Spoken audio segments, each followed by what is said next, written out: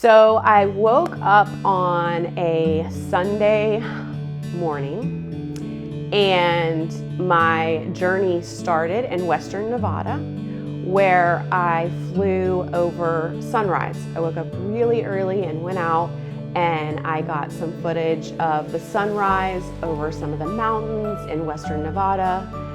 I took in the sunrise from a different view.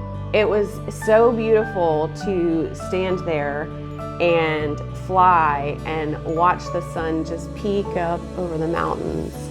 And it was just a totally different perspective of sunrise. And sunrise and sunsets are my favorite time of day. This was a really awesome flight for me. I love that I made myself get up early. I love that I challenged myself to get the sunrise.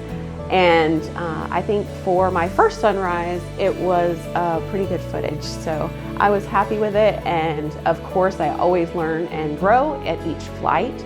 But this was Western Nevada.